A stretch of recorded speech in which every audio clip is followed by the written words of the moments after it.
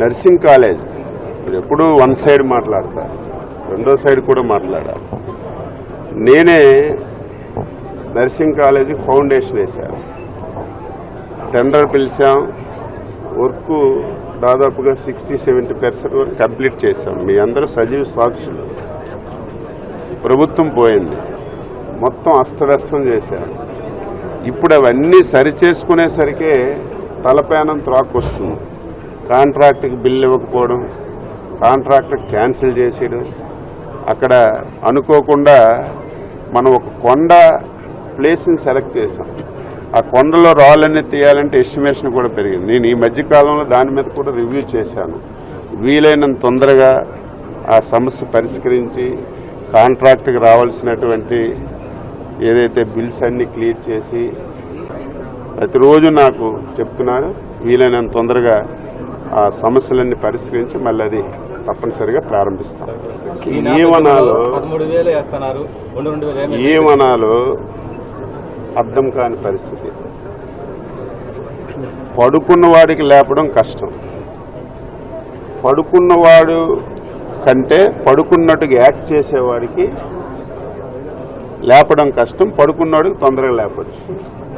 బుద్ధి జ్ఞానం తెలివితేటలు ఉన్న వాళ్ళకి చెప్పచ్చు. అవన్నీ పట్టించుకోకుండా విమర్శలే వారి యొక్క ధ్యేయంగా పట్టుకొని పనిచేస్తున్న మనం చెప్పవలసిన అవసరం లేదు. నేను ఎంత ఆశ్చర్యపోతున్నానంటే, మొన్నే సంవత్సరం పూర్తి చేసుకున్నాను.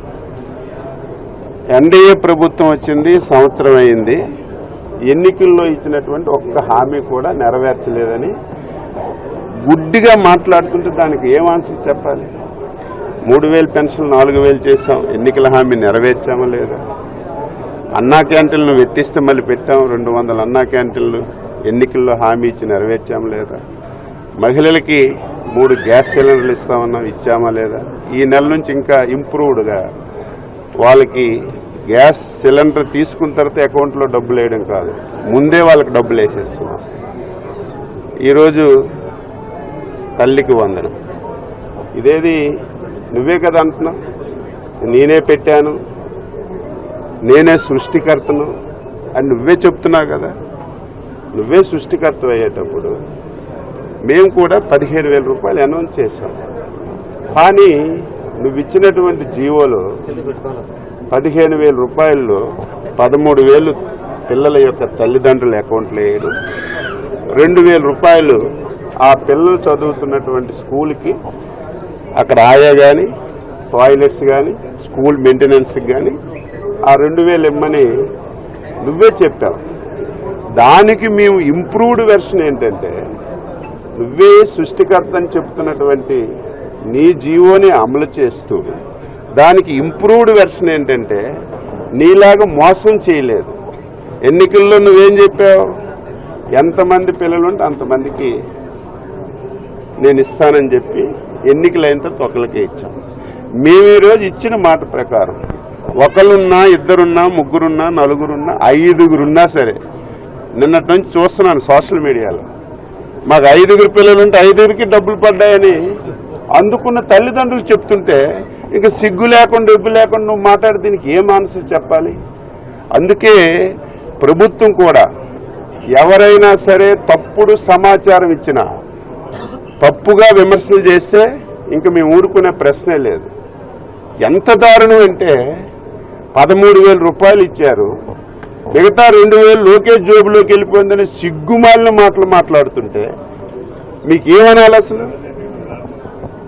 దానికి లోకేష్ బాబు గారు ఛాలెంజ్ చేశారు, నీకు 24 గంటలు టైం ఇస్తున్నాను, నేను ఎక్కడైనా నా దగ్గరికి ఆ డబ్బు వచ్చినట్టు నువ్వు నిరూపిస్తే నేను రాజకీయాల నుంచి పూర్తిగా తప్పుకుంటానంటే ఇంతవరకు ఉలుకు లేదు, పలుకు లేదు.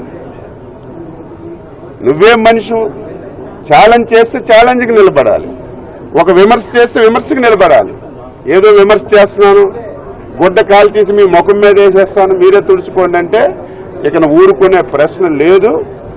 ఎవరైనా సరే తప్పుడు విమర్శలు చేసిన, తప్పుడు సమాచారం సోషల్ మీడియాలో పెట్టిన ప్రభుత్వం సీరియస్గా ఉంటుంది, తగిన చర్యలు తీసుకుంటుందని ఒక హెచ్చరిక కూడా చేస్తున్నాను.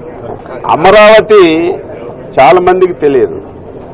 రాష్ట్ర ప్రభుత్వానికి అమరావతి రాజధానికి సంబంధం లేదు. సెల్ఫ్ ఫైనాన్స్ ప్రాజెక్ట్ అది. ఆ రోజు నుంచి ఈ రోజు వరకు కూడా చెప్తున్నాం. కొంతమంది పిచ్చోళ్ళు, అవగాహన లేని వాళ్ళు చంద్రబాబు నాయుడు ప్రభుత్వం మొత్తం డబ్బంతా అమరావతి మీద పెట్టేస్తుందని తప్పుడు సమాచారం ఇస్తున్నారు. రాష్ట్ర ప్రభుత్వం నుంచి సింగిల్ ఎన్పి అమరావతికి పెట్టడం లేదు. రైతులు ఇచ్చినటువంటి 34,000 ఎకరాల భూమి ప్రభుత్వం వాడుకోగా కొంత పార్టు రైతులకు ఇవ్వగా మిగిలినటువంటి భూమి 9,000 ఎకరాలు ఉంది. ఆ 9,000 ఎకరాలు బ్యాంకులో ప్లెడ్జ్ పెట్టి బ్యాంకు ద్వారా రుణం తీసుకొని కేంద్ర ప్రభుత్వం సహకారం తీసుకొని అమరావతి నిర్మిస్తున్నాం తప్ప రాష్ట్ర ప్రభుత్వానికి ఒక్క పైసా కూడా ఖర్చు లేకుండా సెల్ఫ్ ఫైనాన్స్ ప్రాజెక్ట్ ఇది. ఎప్పటికైనా బుద్ధి జ్ఞానం లేని వాళ్ళు, విమర్శలు చేయని వాళ్ళు ఒకసారి మీరు మొత్తం రికార్డులు చూసుకోండి. రాష్ట్ర ప్రభుత్వం నుంచి, రాష్ట్ర బడ్జెట్ నుంచి ఒక్క పైసా కూడా ఇంతవరకు ఇవ్వలేదు, ఇవ్వాల్సిన అవసరం లేదు. ఈ సెల్ఫ్ ఫైనాన్స్ ప్రాజెక్ట్ ఇటువంటి వాళ్ళు ఉంటారు కాబట్టి, ఒకసారి అనుభవించాం కాబట్టి రేపు భవిష్యత్తులో ఇటువంటి పిచ్చోళ్ళతో ఇటువంటి సమస్యలు రాకూడదని కేంద్ర ప్రభుత్వం దృష్టిలో పెట్టి స్పష్టంగా ఆంధ్రప్రదేశ్కి అమరావతి రాజధాని అని ఒక చట్టం కూడా తీసుకొస్తాం. చట్టం కూడా తీసుకొచ్చే విధంగా కాకుండా 3 సంవత్సరాల్లో 3 years టార్గెట్ పెట్టుకొని అమరావతి ప్రాజెక్టు పూర్తి చేయడానికి ప్రభుత్వం కృత నిశ్చయంతో ఉంది. ఇప్పటికే 60,000 కోట్ల రూపాయలు టెండర్లు పిలిచారు.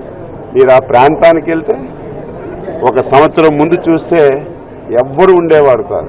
ఈరోజు వేల మంది కార్మికులు పనిచేస్తారు.